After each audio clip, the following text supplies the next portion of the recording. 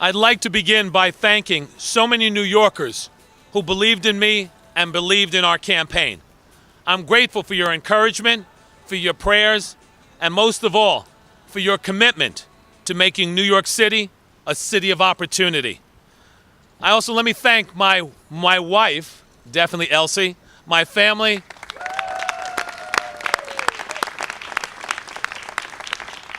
my family, my friends, so many elected officials, some of whom are here today, some of whom are not.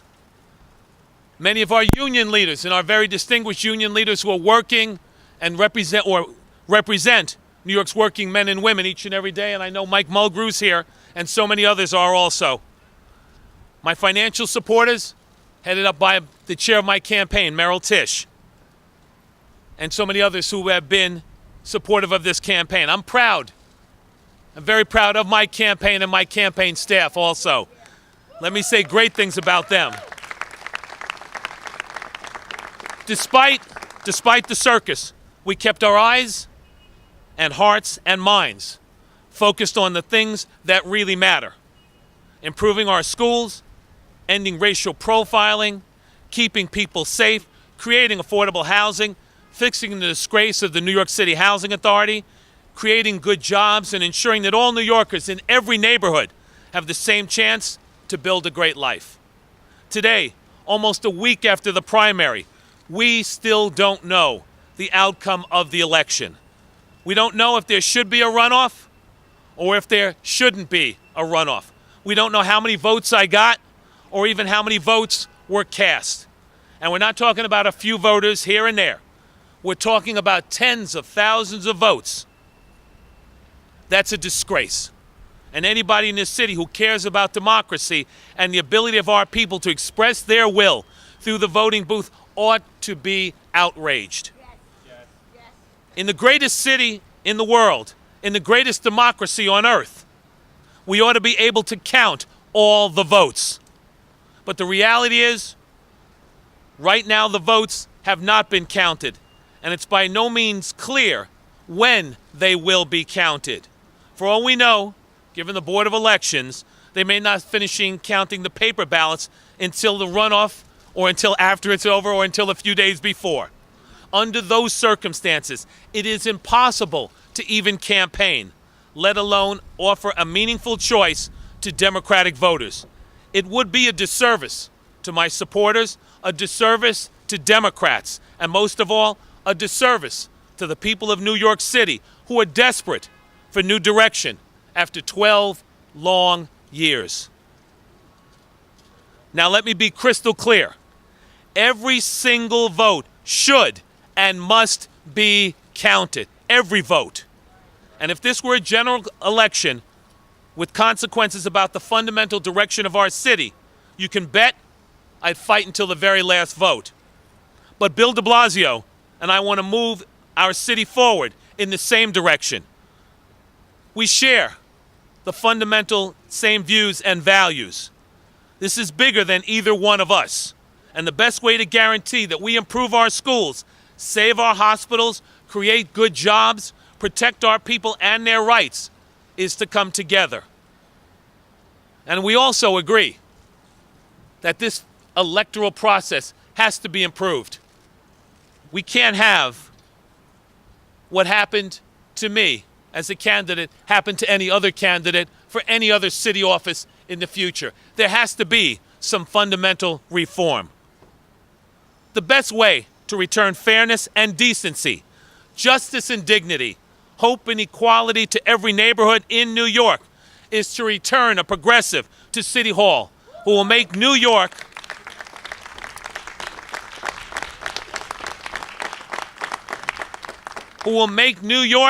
a city of opportunity once again.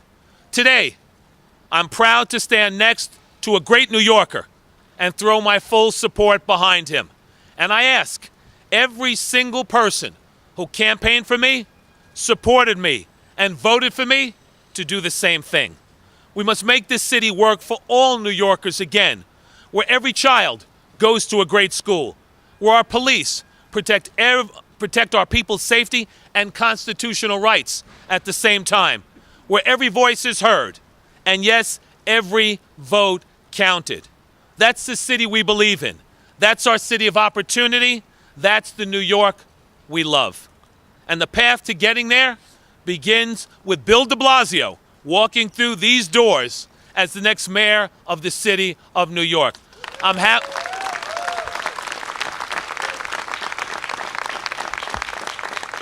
So I am proud to stand here today and support Bill de Blasio to be the next mayor of the city of New York.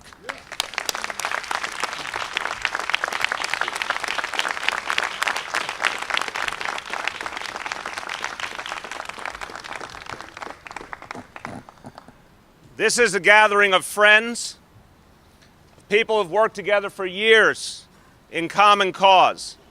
I want to say to everyone assembled, there is nothing more beautiful than democratic unity, and thank you for it.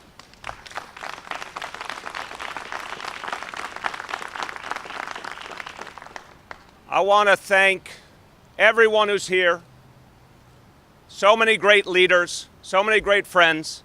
I noticed the presence of some real heroes, the people who teach our children every day. I want to thank the teachers. I want to thank Michael Mulgrew for being here.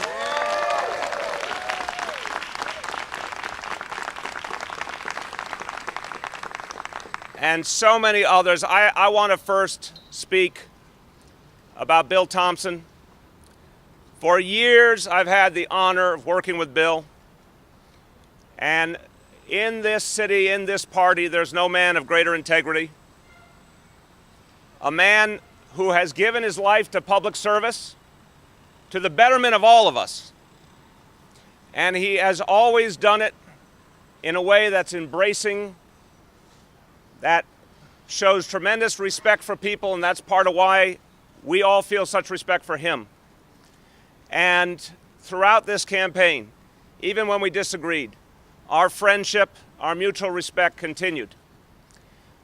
Bill raised very important issues throughout this campaign on the need to make changes in this city. And one thing we all agree with as Democrats, is part of the core of who we are. We don't believe in allowing a tale of two cities. As Democrats, it is our urgent imperative to create equality, to make sure everyone has a piece of the American dream, everyone has a piece of the dream that is New York. So I am profoundly honored, I'm profoundly humbled to receive the support of Bill Thompson and his extraordinary coalition. And Bill did build an extraordinary coalition because people had such great respect for him and his years of service. And it means so much that we will be working in partnership for the good of New York City. Let's once again thank Bill Thompson.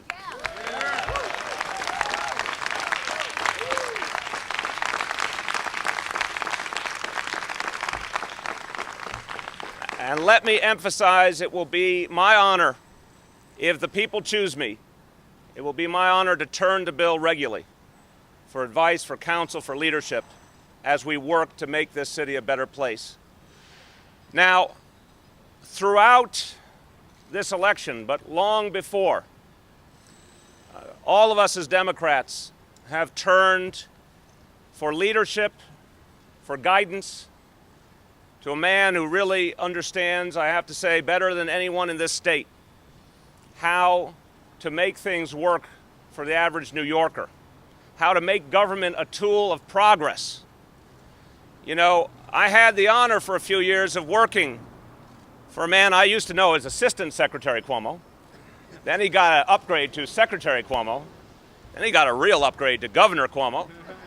The governor has had a profound impact on my life. I hope I learned over the years how to be an effective public servant, how to follow through on my ideals. And if I did, a lot of that is because of what I learned working at the side of Andrew Cuomo. And what he has done for this state is nothing short of miraculous. I also want to thank him for the extraordinary leadership he has brought in making sure this Democratic Party is unified going forward for the good of all New Yorkers.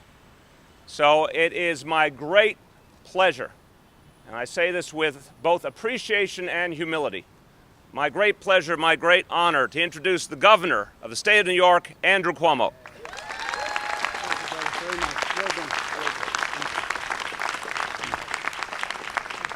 Thank you. Thank you very much, and good morning to everyone. Well, New York City certainly loves its primary campaigns, doesn't it? We had some doozies this year. But at the end of the day, the voters acted, and they acted smartly. First, I want to congratulate a man who's on his way to being the next controller of the city of New York after being outspent 2-1. Scott Stringer is going to be the controller of the city of New York if the voters decide, and we congratulate him. We all have different ideas about how to achieve our goals. And that's why we have primaries, because people have different skill sets, people have different ideas about how to achieve the democratic goals. But as Democrats, we also have a shared vision of what those goals are. And what Bill Thompson is saying today is he's going to put aside his own personal ambition, his own personal hopes, his own personal ideas in honor and in respect of that shared vision. And we applaud him and we congratulate him for that decision.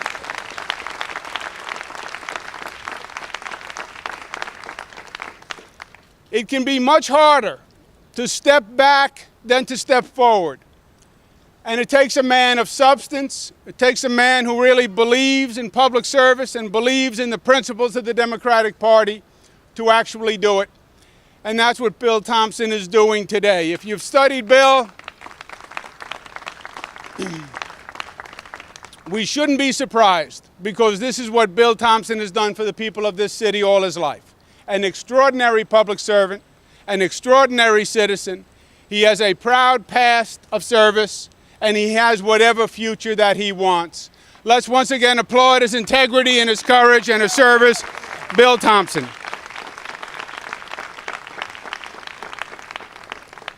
Now to Mr. Bill de Blasio, we applaud him on his achievement and his success.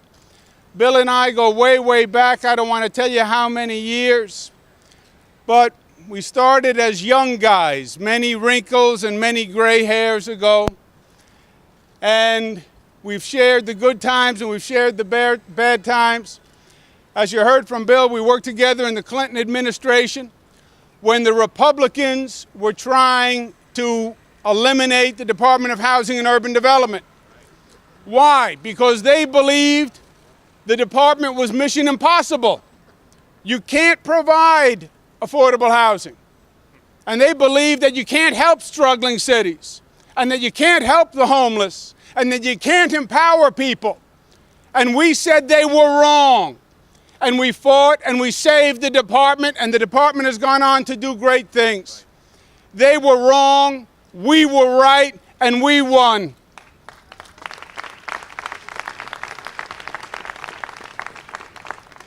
And Bill is going to lead this city in the great progressive democratic traditions that made this the greatest city on the planet, the city of New York. The democratic traditions that say public education is paramount. Why? Because public education is the ladder of opportunity that this country offers people who come here.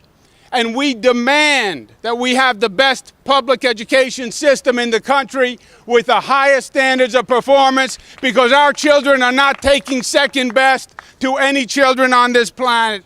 We believe in affordable housing, and we believe in safe, clean, decent public housing that is a contribution to society and not an embarrassment. We believe that all citizens have rights, and all citizens have the right to be safe. And that's why we insist on sensible gun laws that keep guns out of the hands of criminals and people who are mentally ill.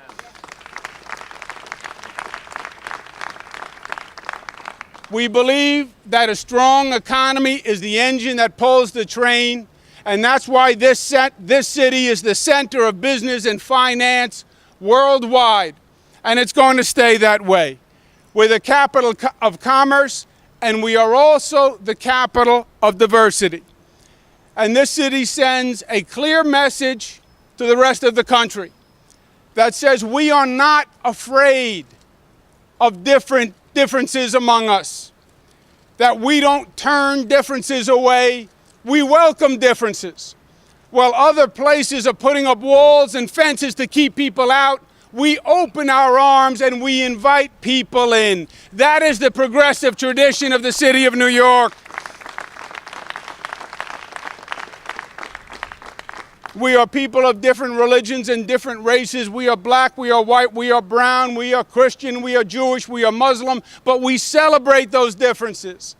We are gay and straight, and we celebrate those differences because we are all New Yorkers. We are all together. We are one. And that is this city's great strength and great potential, because that diversity is the greatest source of strength that made us the greatest city on the planet, and it's going to make us an even greater city under the leadership of Mayor Bill de Blasio. It is my honor to support him. It is my honor to celebrate the unity. I believe the best days of New York City are ahead, and today we take the first step. Congratulations, Bill de Blasio.